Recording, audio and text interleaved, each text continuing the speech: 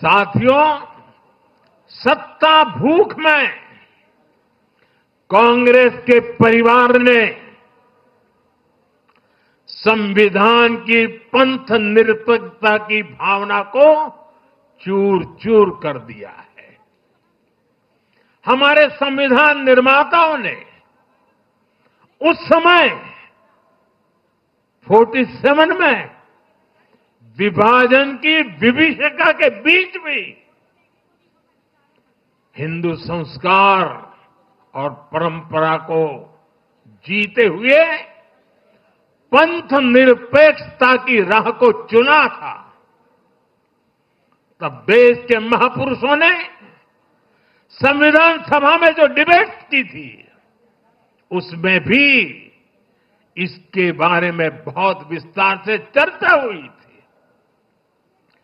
लेकिन कांग्रेस के इस परिवार ने झूठे सेक्युलरिज्म के नाम पर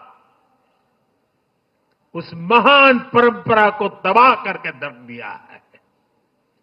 कांग्रेस ने तुष्टीकरण का जो बीज बोया, वो संविधान निर्माताओं के साथ बहुत बड़ा विश्वासघात है।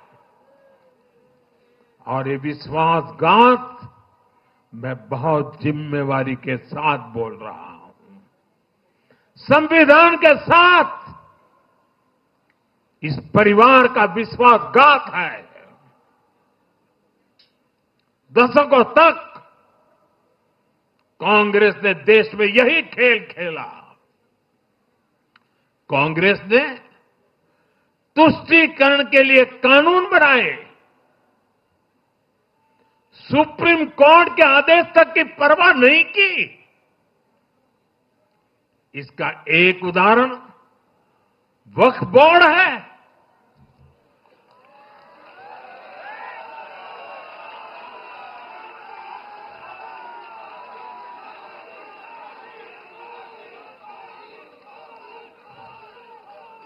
दिल्ली के लोग तो चौंक जाएंगे। हालात ये थी कि 2014 में इन लोगों ने सरकार से जाते जाते दिल्ली के आसपास की अनेक संपत्तियां वक्फ बोर्ड को सौंप दी थी।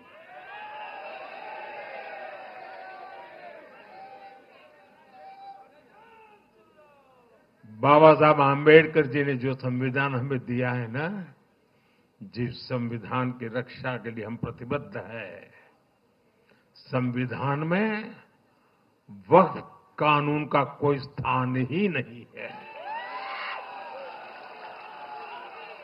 लेकिन फिर भी कांग्रेस ने तुष्टीकरण के लिए वक्फ बोर्ड जैसी व्यवस्था पैदा कर दी।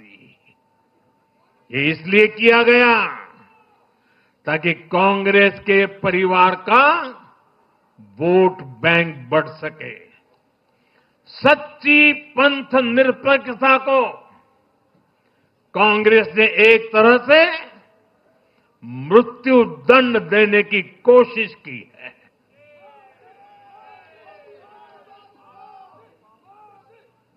साथियों, कांग्रेस के शाही परिवार की सत्ता भूख इतनी विकृति हो गई है कि उन्होंने सामाजिक न्याय की भावना को भी चूर चूर कर दिया है। एक समय था जब कांग्रेस के नेता इंदिरा जी समेत खुद जात पात के खिलाफ बोलते थे, पब्लिकली लोगों को समझाते थे, एडवर्टाइजमेंट छापते थे। लेकिन आज यही कांग्रेस और कांग्रेस का एक परिवार खुद की सत्ता भूख को शांत करने के लिए जातिवाद का जहर फैला रहा है। इन लोगों ने सामाजिक न्याय का गला घोंट दिया है। साथियों, एक परिवार की सत्ता भूख इतने चरम पर है कि उन्होंने खुद की पार्टी को ही खा लिया है।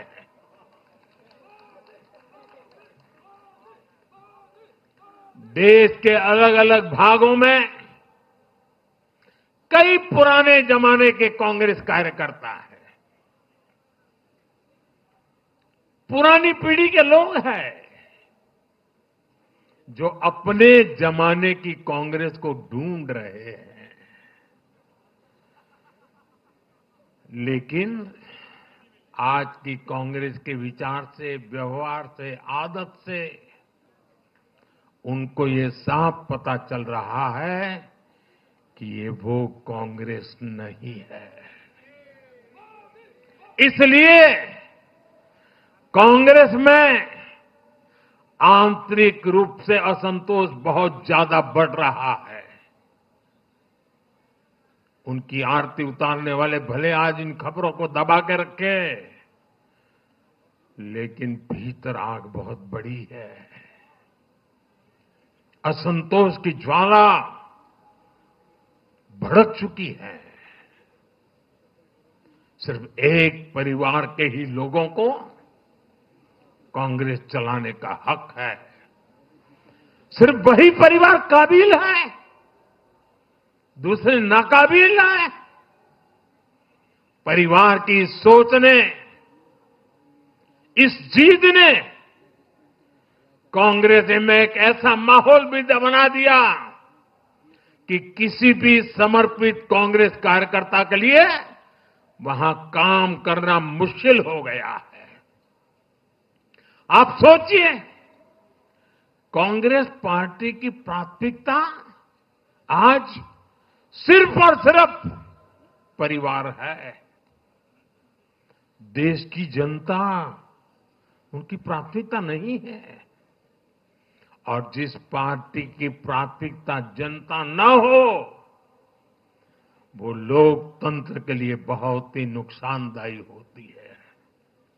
साथियों, कांग्रेस का परिवार सत्ता के बिना जी नहीं सकता। चुनाव जीतने के लिए लोग कुछ भी कर सकते हैं। दक्षिण में जाकर उत्तर को गाली देना, उत्तर में जाकर के दक्षिण को गाली देना, और विदेश में जाकर देश को गाली देना।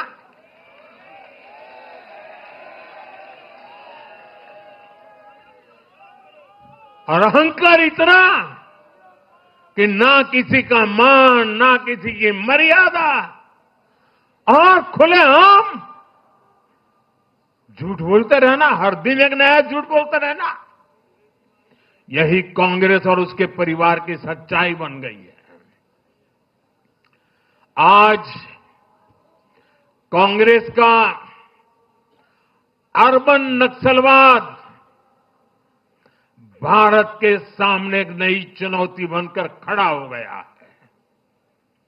इन अर्बन नक्सलियों का रिमोट कंट्रोल देश के बाहर है, और इसलिए सभी को इस अर्बन नक्सलवाद से बहुत सावधान रहना है। आज देश के युवाओं को, हर प्रोफेशनल को कांग्रेस की हकीकत को समझना बहुत जरूरी है।